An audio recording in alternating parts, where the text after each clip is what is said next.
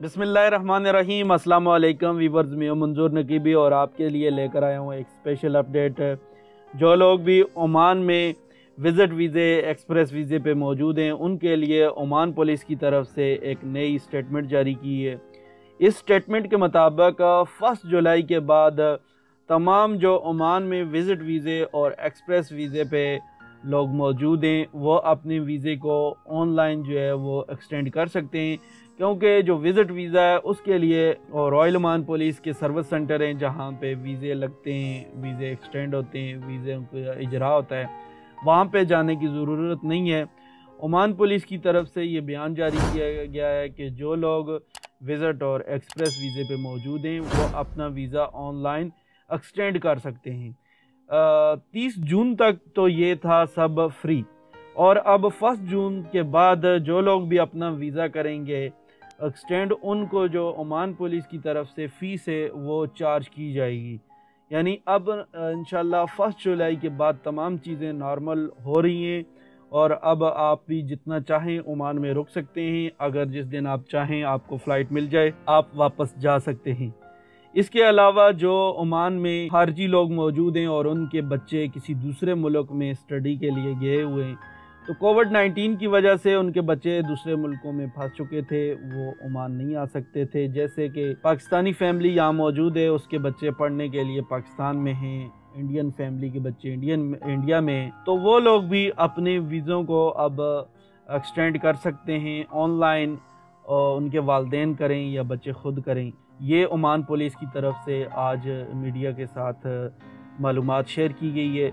मैंने सोचा आपके साथ शेयर कर दूं, हो सकता है आपके लिए ये फ़ायदा मंद हो। इसके अलावा जिन लोगों के वीज़े 1 मार्च 2020 से 31 अगस्त 2020 तक जारी किए गए थे, यानी वो ओमान में नहीं आए थे, सिर्फ उनके वीज़ों का इजरा हुआ था, अब इनके टाइम को बढ़ाकर 31 मार्च 2021 तक कर दिया गया है।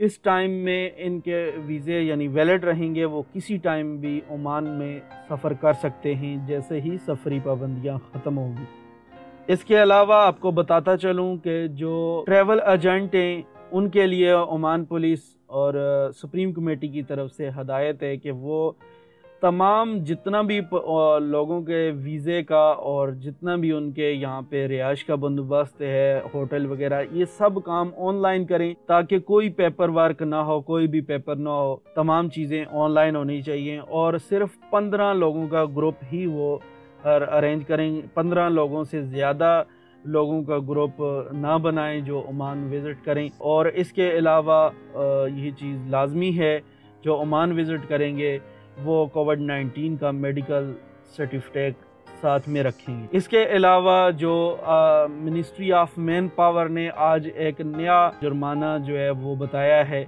उन्होंने एक लिस्ट जारी की है। वो लिस्ट मैं आपके साथ पहले पिछली वीडियोस में शेयर कर चुका हूं, लेकिन जो उसमें आज उन्होंने नया एक जुर्माना बताया है स्पेशली मस्कत के लोगों के लिए।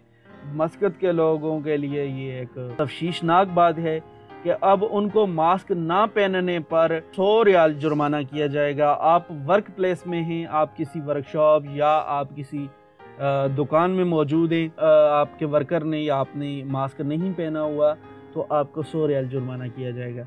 इसके अलावा आप ट्रांसपोर्ट यानी किसी बस, टैक्सी या ऐसी जगह पर हैं, तो वहाँ आपने मास्क नहीं पहना हुआ, तो आपको 20 रियाल का नहीं बल्कि 100 रियाल का जुर्माना होगा।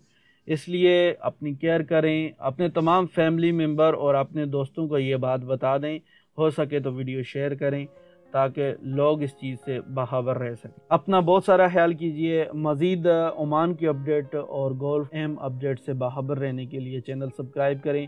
इंशाल्लाह मिलेंगे नेक्स्ट वीडियो में, तब तक इजाज़त दीजिए। अल्लाह।